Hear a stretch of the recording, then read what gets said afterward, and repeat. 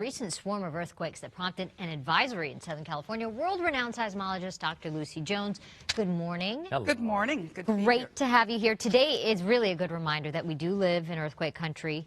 The big one can always, there's a possibility of it hitting at any time.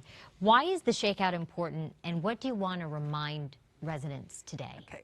The shakeout's happening every year because it's too easy to forget. When the really big earthquakes only happen every 20, 50, or for the really big earthquakes every 100, 200 years, it's hard to remember. And the shakeout's a way to remind us, don't forget.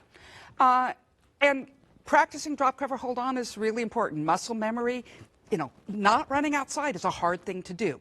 And we know it's safer, but you've got to practice it or your instincts will take over. Hopefully also you use it to think, how about one more thing? What else could you do? Are the bookcases near your bed hooked down? Do your kids have a plan? Do they know what to do?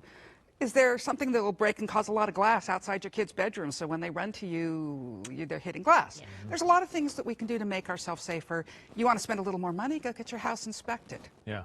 A few weeks ago, we had this earthquake advisory after a swarm of quakes near the Salton Sea. In San Bernardino, they shut down the city hall. What is a swarm, and was that the right move? Okay, so it's not so much that it was a swarm as that it was near the San Andreas. So the San Andreas Fault has a big earthquake every 150 years on average. It's been 300 years since the last one. There's a lot of energy stored. And now we started, for 70 years, we didn't see any small earthquakes near the southern end of the San Andreas. The last 20 years, we've seen several magnitude 4s. Each time that 4 happens, it's a little change in the earth, which is sort of like a little kick at the fault. And you've got this fault waiting to go.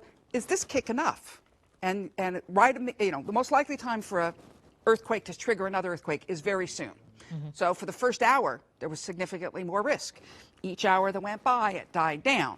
And each time we kick it, we destabilize a little bit. Was this one the one? So it's a good thing to remind people that San Andreas is out there and eventually we're going to get hit. The time of most concern is immediately. So by the time you got to a day after the earthquake, there's still a little more instability, but not much.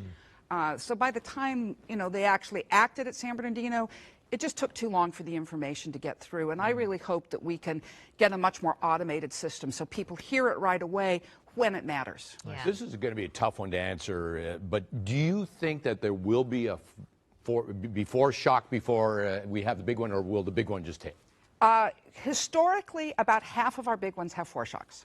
Okay. So we got a decent chance. I tend to think that the San Andreas, it will, but maybe that's my wishful thinking because it gives us a chance to do something. Did you see the movie San Andreas? Yes, I did. All right, that was so crazy. The entertainment reporter has a question. Was there any parallels to that in real life? Actually, I got a live tweet during the premiere, so what was good and what wasn't. There will never be 9s in California. We don't have a long enough fault. Tsunamis don't run uphill and then stay there, right? So there were a bunch of things that were wrong. One thing that was right, though, was the ability of an earthquake in Southern California to trigger one in Northern California.